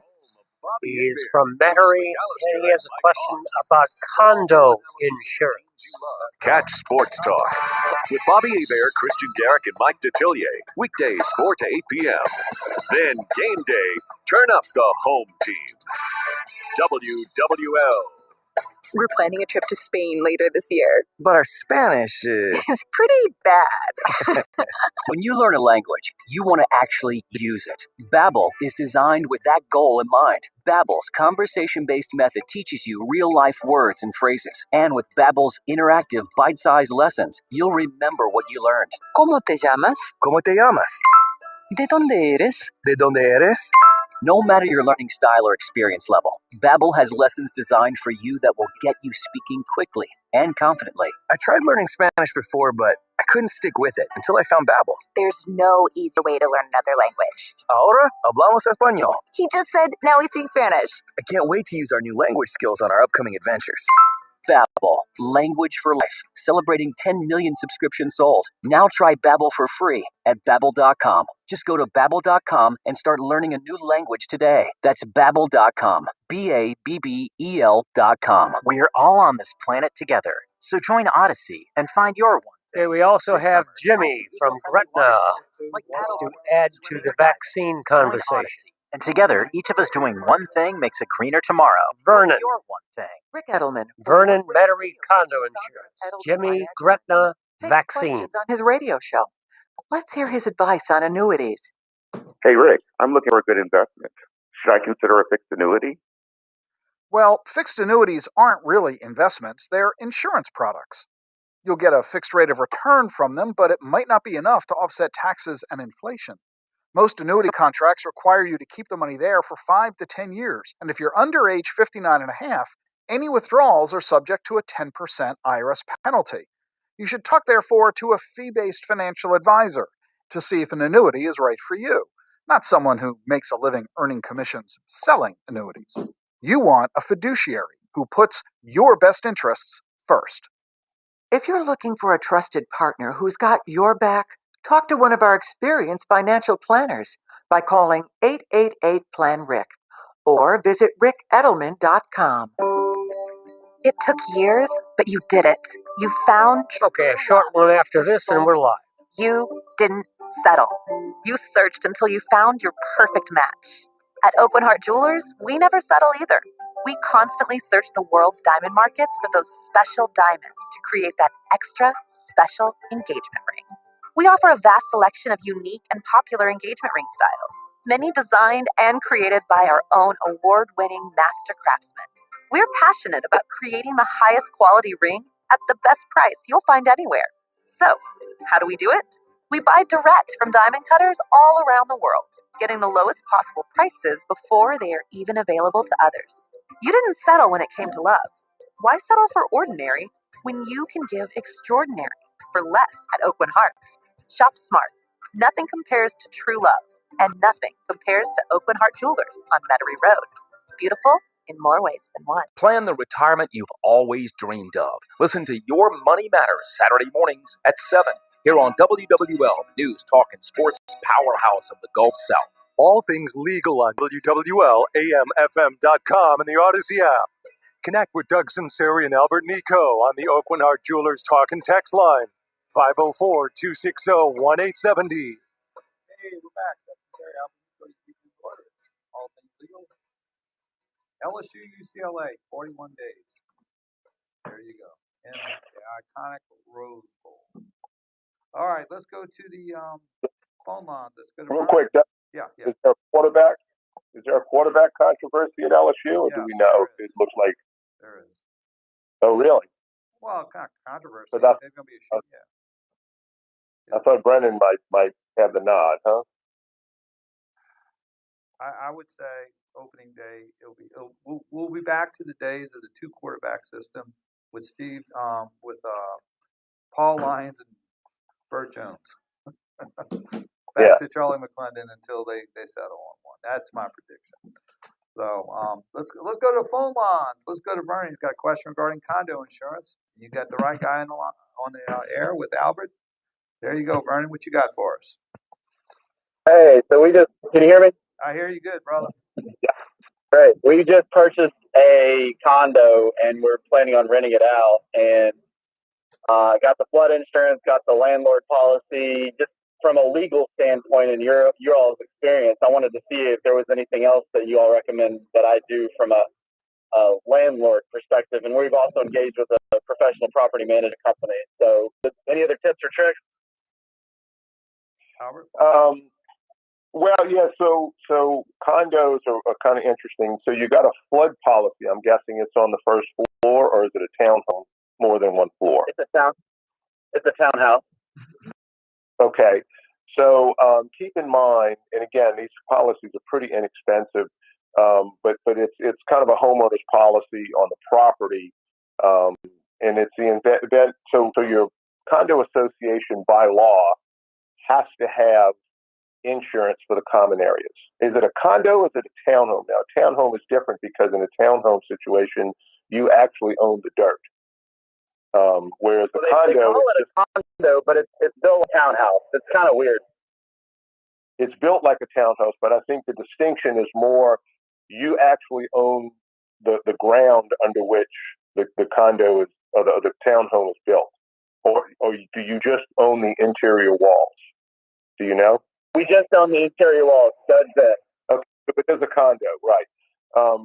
So the condominium has to have an insurance policy, a casualty insurance policy for the common areas. But everything from the sheetrock in is considered yours. And so if there is some sort of roof damage or some kind of damage other than flooding, which you're protected for, you should have a property policy that would cover the interior of that space. It shouldn't be expensive because there won't be a whole lot of, none of the contents will be yours other than the appliances.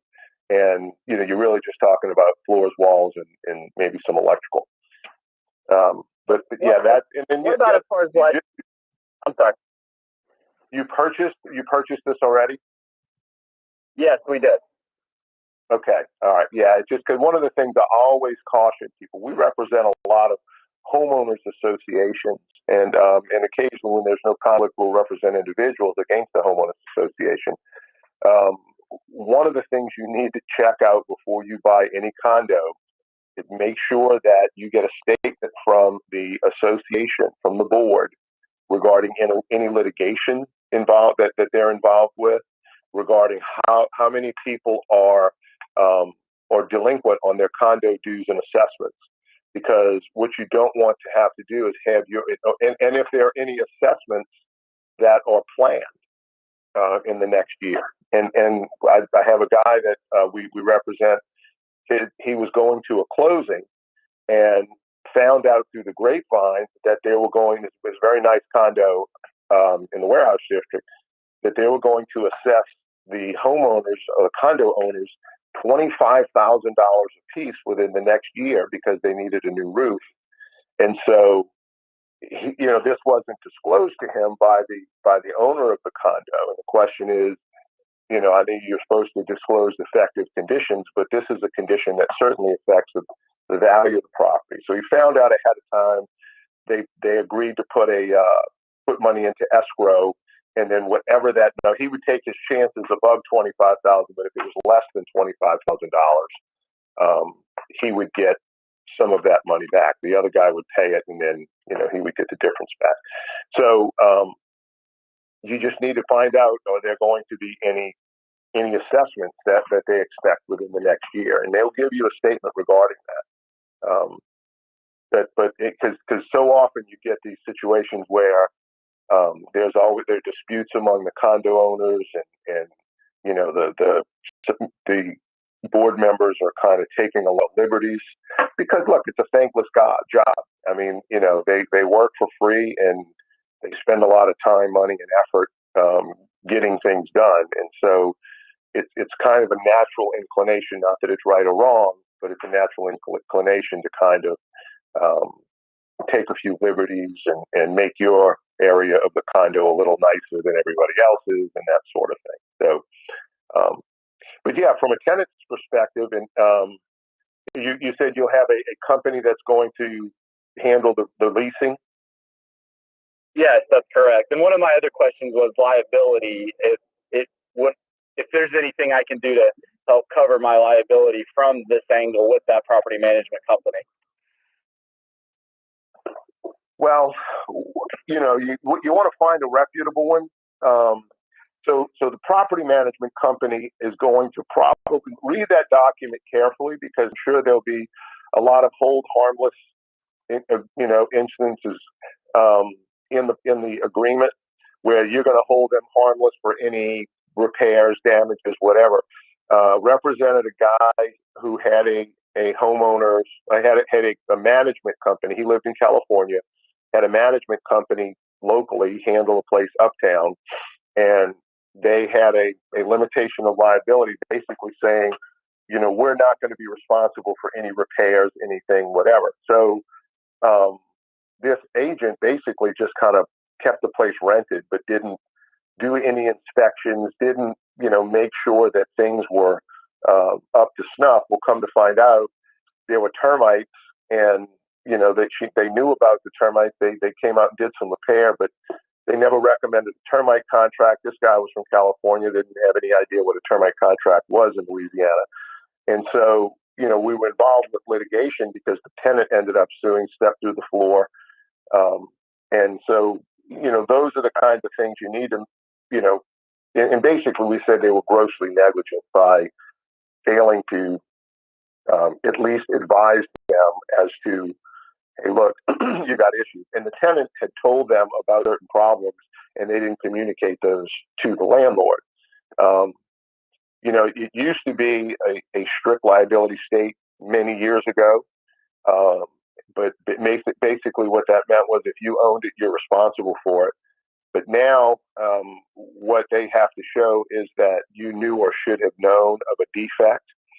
So you need to make sure your lease has language in there saying that, you as the tenant have an affirmative duty to maintain the premises. And if it's something that I need to maintain, you have an affirmative duty to let me know about it. So if there's a leak in the roof, if there's an electrical issue, if there's something that I'm unaware of, but I would be responsible for, you have an affirmative duty to tell me. Otherwise, I'll have the opportunity to leave that liability with you, and you will indemnify me for any claims that might happen as a result. Just there's things you can do to kind of protect yourself and protect that, but you need to look at your lease, and you need to look at your contract with your leasing agent, and just make sure it's fair and equitable. All right. Well, thanks for the call. Thank you all very much. Appreciate it. Good primer on insurance, and condos, and townhouses. All right, let's go to a break. That's Carol. I'm going to tell you the words. All things legal right The sell-off in the stock market. The Delta variant. The spread of the COVID Delta variant prompts investor concern, which is more transmissible, more dangerous. Still holding. We have Jimmy from Gretna on the vaccine conversation. We also have Nathaniel from Abita Springs, and he has a question about a cemetery sale there. Anywhere else, you are not protected. Will happen Yeah. on WWL, the News Talk Sports Boats Leader. require little Tennessee. That's why I store my boat in Seabrook Harbor Range Dry Stack Facility. And when my boat does need a repair, I turn to the craftsmen at Seabrook. Growing up on the bayou, I learned a lot about boat repair yards. And David and Jeff Montz have the finest repair facility I've ever seen. Jeff, tell us about your capabilities. Bobby, we are the Gulf Coast's most advanced state-of-the-art yacht and boat repair facility. Be it fiberglass, paint, gel coat, carpentry, mechanical, or electrical repairs, we do it all. We also build custom parts and do complete refits. We are located near the ICW, which makes us accessible from anywhere along the Gulf Coast. And now, party boat rentals. What better way to beat the heat than our 24-foot pontoon boat? It's available for half and full day rentals. It's one more reason for us to say, boating made easy. Seabrook Marina on France Road on the Industrial Canal, just a half mile from the lake. and online at SeabrookHarborMarine.com. At Diamonds Direct, we love those who serve and protect us, and it shows with our new and even more generous Heroes in Uniform program. This is for all active military and veterans, plus all first responders. You get exclusive price discounts on any purchase, plus exclusive long-term 0% financing with no money down options. This is available year-round. It could be used for virtually anything. It's our way of honoring our hometown heroes, those who serve our country and our community, those who make the daily sacrifice, who work hard protecting us, who spend so much time away from their families. To these special men and women, we invite you to our showroom, where you'll be treated with respect, you'll be honored, and you'll get our guaranteed best price value, plus extra discounts as well as 0% long-term financing with nothing down. If you wear a uniform and are among those who serve and protect us, or you're a veteran, all of us at Diamonds Direct stand with you. Because at Diamonds Direct, we know that sound is not noise. It's the sound of freedom. Diamonds Direct. Get store hours and directions at diamondsdirect.com. Looking for that new car and want to get a rate as low as 1.99% APR? We are Jefferson Financial Federal Credit Union, and we're committed to serving everyone that lives, works, worships, or attends school in the greater New Orleans area. With auto loan rates as low as 1.99% APR, what's stopping you from buying your dream vehicle? Apply online at jeffersonfinancial.org or call 800-259-2471. The future of banking is Jefferson Financial Federal Credit Union, insured by NCUA. As the COVID-19 vaccines become available, you may be asking yourself, should I get it? Will it help get me back to doing the things I love? Like meeting friends or traveling. And can I do it without putting my family at risk? You've got questions. That's normal. So visit getvaccineanswers.org for the latest information on the COVID-19 vaccines. Getting back to the moments we miss starts with getting informed. It's up to you. A message brought to you by the Ad Council and the CDC. Hey, Baton Rouge, we want your stuff. Dependable storage. Okay, we have more people going in. We have Steve from New Orleans, another condo question. If you're a And 50-year-old we have male, maybe Pierre you're from 40, you may Metairie even have type 2 diabetes. $1 million real of estate term question. insurance may only cost you about $200 a month. Call Term Providers. I don't know if we can get it to Big them all. Lou at 800-568-2790. Big Lou will find a term life policy for you even if you have type 2 diabetes, are overweight, or have high blood pressure. Term Providers help thousands of people like you who think they can't afford term life insurance to buy $1 million of Jimmy is affordable up term next. life for you. All you need to do is call Big Lou at 800-568-2790. Lou will make sure the scales are tipped in your favor. Call 800-568-2790. Big Lou will answer your call and work to fit you into a term life policy that you can afford. Remember, Big Lou's like you. He's on meds too. Call 800-568-2790. 800-568-2790. The ruby slippers from The Wizard of Oz This is the are last some of the spot most to set. iconic objects in Hollywood history. And in the summer of 2005, a pair was stolen from the Judy Garland Museum in the small town of Grand Rapids, Minnesota. All she said was, "They're gone. They're gone." Welcome to No Place Like Home, a documentary podcast series that investigates the mysterious heist of the ruby slippers. Please listen and follow No Place Like Home, a presentation of C13 Originals, a Cadence 13 studio, available now on Odyssey, Apple Podcasts, and wherever you get your podcasts. Now, more All Things Legal, underwritten by Nicaud Sunseri Law Firm. All advice given and opinion shared are solely those of attorneys Albert Nicaud and Doug Sunseri. Back to WWL. There, Albert Nicaud, you became lawyer to All Things Legal. Let's go to the phone line. Let's go to Jimmy's question. Hey, Jimmy, you in All Things Legal. Jimmy. Hey, Doug, how's it going? Good. Hello? Yeah, you're on, Jimmy. Hey. Okay, sounds good. My question is kind of a addendum to, talking about vaccine rights and the pressure for everyone to take the COVID vaccine, but less about, say, an employer forcing or pushing or trying to persuade an employee to take the shot, but more so in regards to other parts of your life, whether it be travel, flying in and out of countries, say an example like you're talking about football, LSU football or Saints football, for instance. I have Saints season tickets, and I told when I renewed my tickets, I told the guy at the box office, the window at the facility, I said, look, I know they're not making it mandatory yet, but I really don't want to be a part of that if it comes to that. And I don't think you guys are going to be the ones pushing that or Gail Benson, but I do think the NFL and Roger Goodell eventually is going to tell every team to do so, and it's going to trickle down to me. So, I mean, you know, and of course the guy, he's just maybe an hourly wage worker. He's like, look, we don't have anything to do with that yet. But my question is, you know, obviously it's coming to the point where if you want to attend games, you want to travel, you want to basically move in society, you might need a COVID passport. And a lot of people are resistant. I know there's a lot of listeners that agree with me that this is still not FDA approved. The vaccines are rolled out less than 6 months ago.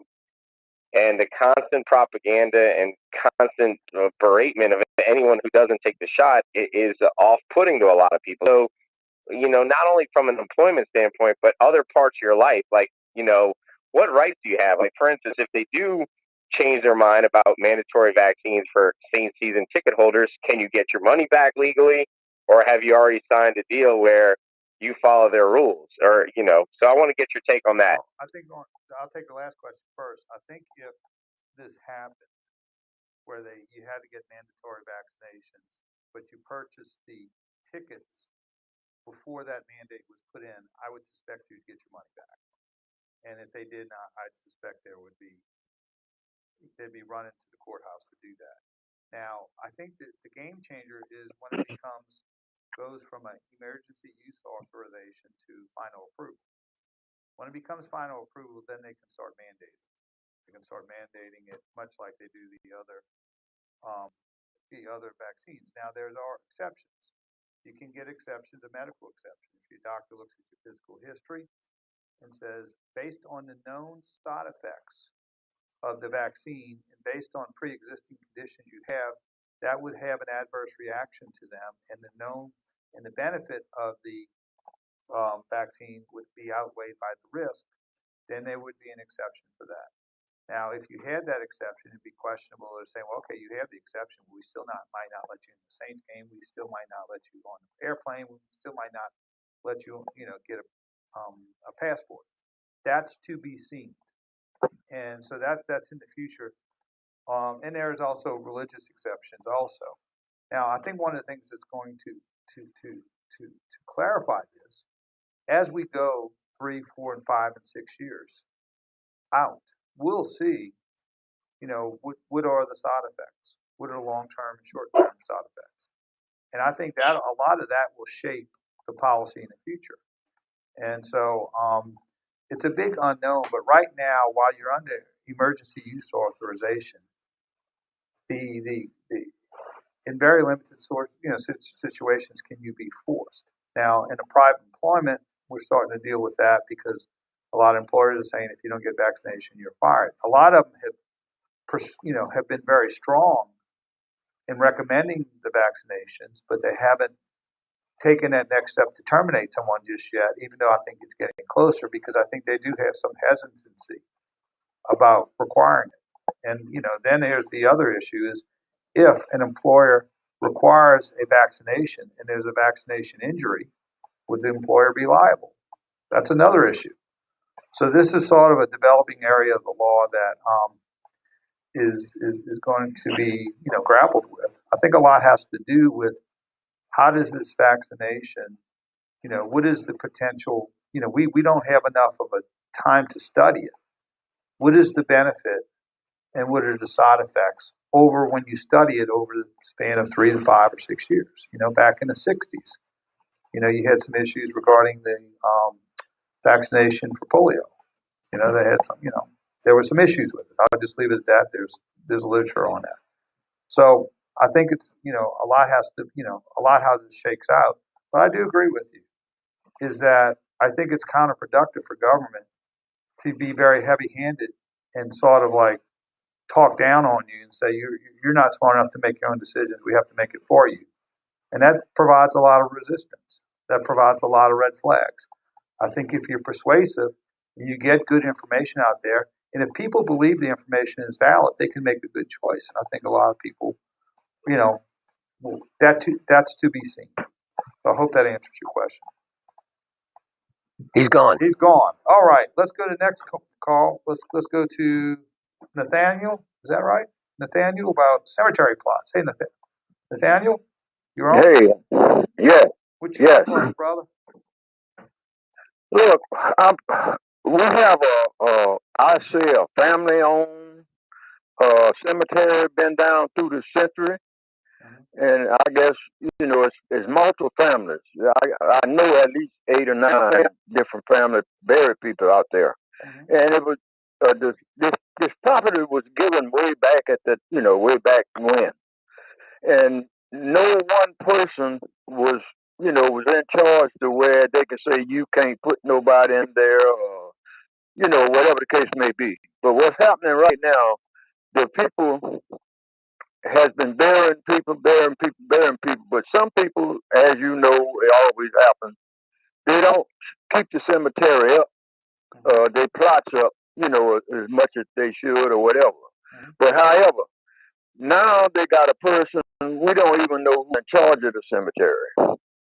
They want to put a gate across it, or say that, well, one person told me they out there and put a chain across there to keep people out.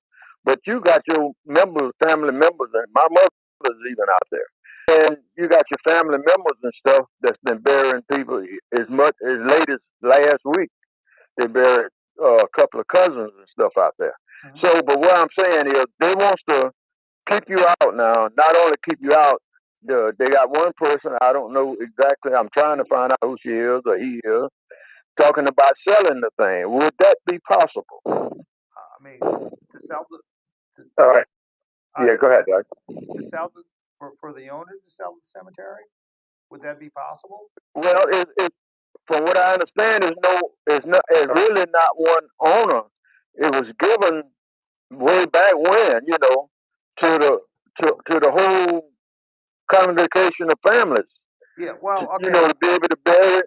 I think what you're going to have to do is get the paperwork on the cemetery. Look at the conditions of the cemetery. Who owns it? What are the conditions? Whether it's transferable or not. So what you're going to have to do is, we got to go to a break in about 20 seconds. Is look at the paperwork in connection with the cemetery. I'm sure there's some filed in the public records as far as the ownership is concerned. Look at and then you go from there to see what rights you have as far as who would sell it, whether the owner could sell it, and that sort of thing. All right, thanks for the call. Let's go to a break. Doug Sunseri, Albert Nicaud, your weekend leaders, all things legal. We'll be right back after this brief comment. Do you have Medicare and Medicaid? You may be entitled to better benefits with People's Health, including a $300 per quarter allowance for over-the-counter health and All right, we have Steve from New Orleans, and he has a condo question. And if we have time, Pierre, who has a question about a house sale. If you have Medicare and Medicaid, take a look at the benefits of People's Health. Learn more at peopleshealth.com. Come on down to the Silver Slipper. Hi, this is John from the Silver Slipper Casino, and I'm inviting you to join us every Thursday for our annual Rumble on the Gulf classic car, Jeep, and bike event. Now, everyone's invited and admission is free. Our new beach bar and beach cafe will be open under the hotel every Thursday, starting at 4 p.m. So come and join us and earn a chance to win that fabulous Harley-Davidson Heritage Classic Softail that's on display up on the casino floor. We're on the beach here in Hancock County. Silver Slipper Casino, we are proud to be your host on the coast. Have a good time at the Silver Slipper. I'm former NBA player. Okay, we're going to have about 6, maybe just a shade over before the top of the hour, end of the show. Like fatigue and palpitations. Turns out I had heart failure caused by hereditary transthyretin amyloid cardiomyopathy, or ATTR-CM, a rare, life-threatening disease underdiagnosed in African Americans. If you're African American and over 50 with heart failure experiencing unresolved symptoms, talk to your doctor or visit DonKnowsHisHeart.com. Brought to you by Pfizer. This year, give her what she really wants. Pearls, emeralds, sapphires, rubies, or those famous Oakland Heart diamonds. Rings, bracelets, earrings, and necklaces. Finer jewelry at the best possible prices. Oakland Heart Jewelers on Metairie Road. Where do you go when you want to sell your old gold jewelry? CausewayCoinCo.com. The thing about the Name Your Price tool from Progressive is that by now you've heard a lot of ads about the Name Your Price tool from Progressive. We probably don't even need the words "the Name Your Price tool" to tell you that our humpback whale pup gives you options based on your budget, or that our novelty hand buzzer helps you save on car insurance. And that's the thing about the tiny felt bag filled with marbles. At this point, you've heard a lot of ads about the elusive northern bobcat. the name your price to the neighbor who baked you banana bread. Only from Progressive. Progressive Casualty Insurance Company and affiliates. Price and coverage match limited by state law. This is a metaphor for your business's journey. And we have one more short one after Sometimes this. it feels like you're going 100 miles an hour, barely keeping up. But you cruise through challenges. You need someone who's right there with you. That's what Dell Technologies advisors do. They have the tech advice you need to get past whatever's in front of you and get to where you want to go. Call an advisor today at 877-ASK-DELL and do more with modern devices and Windows 10 Pro. We're all on this planet together, so join Odyssey and find your one thing. During summer, be sure to use dishwashers and stoves in the evening to minimize the effects of heat. Join Odyssey, and together, each of us doing one thing makes a greener tomorrow. What's your one thing? All Things Legal with Doug Sunseri and Albert Nicaud on WWL and Odyssey Station. Connect now on the Oakwinhart Jewelers Talk and Text line, 504-260-1870. Hey, we're back. Doug Sunseri, Albert Nicaud, your weekend lawyers making the complex understandable. Let's go to the phone lines. Let's go to Steve. Got a question regarding condos. You got the condo expert on with Albert. What you got for us, Steve? Thank you, sir. Thank you. I'm an owner-occupier of a condo where there's a little over 40 units, and one family owns the majority of the units. Plus, there are out-of-town owners that consistently give their proxy vote to this one family. So they have a vested interest in keeping the condo fee down low. But what happens is that the general repair of the outside of the building is not kept up. My question is that is there a requirement that they notify me if they decide to either auction off or sell their properties to someone else? And that new person would come in and, of course, would have to put a special assessment in order to bring the building back into a more, things like gutters and wood that has rotten and stuff like that. Do they have to notify me in advance of their sale? Well, you have to look at your condo docs. Typically, I do not see those very often where you have some sort of first rights of refusal. And I think one of the reasons for that is that you want the diversity of the neighborhood, the diversity of the association, and you also don't want the situation you have right now where one person owns or one family owns the majority of the unit. Are they also the declarant? Do you know anything about the history of the association? Because typically what happens is you have a builder-developer, they develop the condo, and they own that. The developer then owns all of the units until a sufficient number of units is sold. And once that number is sold, they turn it over to an association and a board, and that's when all of the rules and regs and everything else come into play. And so if they started out as the declarant and they just bought all the units and didn't turn them over for sale, or just kept their units, didn't turn them over for sale so they'd have control, that's a different issue. But I think regardless, I think your condo docs will say that the board has a duty to maintain the premises. And so if, in fact, they don't, then you can actually bring an action against the board in court to enforce them to do that, and force them to make the repairs necessary. And not so much beautification, but at least maintenance and repairs to keep the buildings from going into disrepair, and the repairs will be more expensive one day. Unfortunately, that would be, you're right. Again, you have to look into your condo docs to see whether your cost expenses, attorney's fees, or things like that might get reimbursed in the event that you are correct in bringing that action. All right. Yeah, this was the case where it was an apartment building, got turned over, but the people that have controlling interest over the years, not all at one time, Yeah, and it was turned over to a condo association, and through the years they've acquired units as people wanted to sell individually, and that brought them to the majority ownership. Right. So I just don't want to be stuck. I have another place to go to, and I can sell my unit, but the location is perfect for me. But yeah. I don't. I'm 78 years old, and I don't want to be stuck with a big assessment. Yeah, yeah. Well, typically what happens is they will go in and buy a number of units to have control, so they can keep up the condo association like it should be kept up, and that way they do have that control and they run the show and do whatever they do. It depends on how involved you want to get. You can ask for an audit of the books and records to see where the money's going, and people have been paying condo dues X amount of years. Make sure that it's going to the right. Okay. And then, thank you very much. I appreciate it. Sounds like on at 78. Thanks for the call, Doug. Do we have enough time to take another caller? Yeah. Let's Okay. go. Let's go.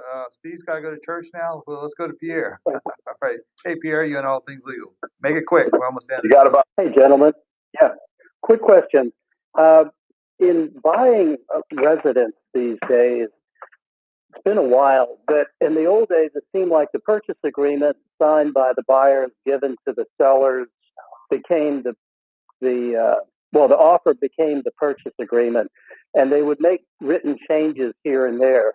We're running across a form called, I think it's called a repair response form. Does that simply take the place of modifying the purchase agreement for various things? Well, the purchase agreement is subject to inspections, and once you make your inspections, you go back to them and say, look, we found these things wrong. We want to negotiate it. And again, that's the repair thing you're talking about. But we want to negotiate our price because we didn't realize upon simple inspection that there were all of these problems. The home inspector came along and found a bunch of problems. So with that said, that is part and parcel. So now we're going to buy the property contingent upon these things being done, and then that's negotiated for, and then they keep sending these documents back and forth. The real estate agents are very careful about it, usually through DocuSign now, saying, okay, we're going to amend the agreement, and now you have to do X, Y, and Z. All right. Steve, call us 837-1304. If you got a question, give it to Albert. And anything else? Thanks for calling this show. Thanks, Albert. We'll see you next week. All right, Doug, take care. And be good. Have a great week. And we'll see you next week. And All Things Legal.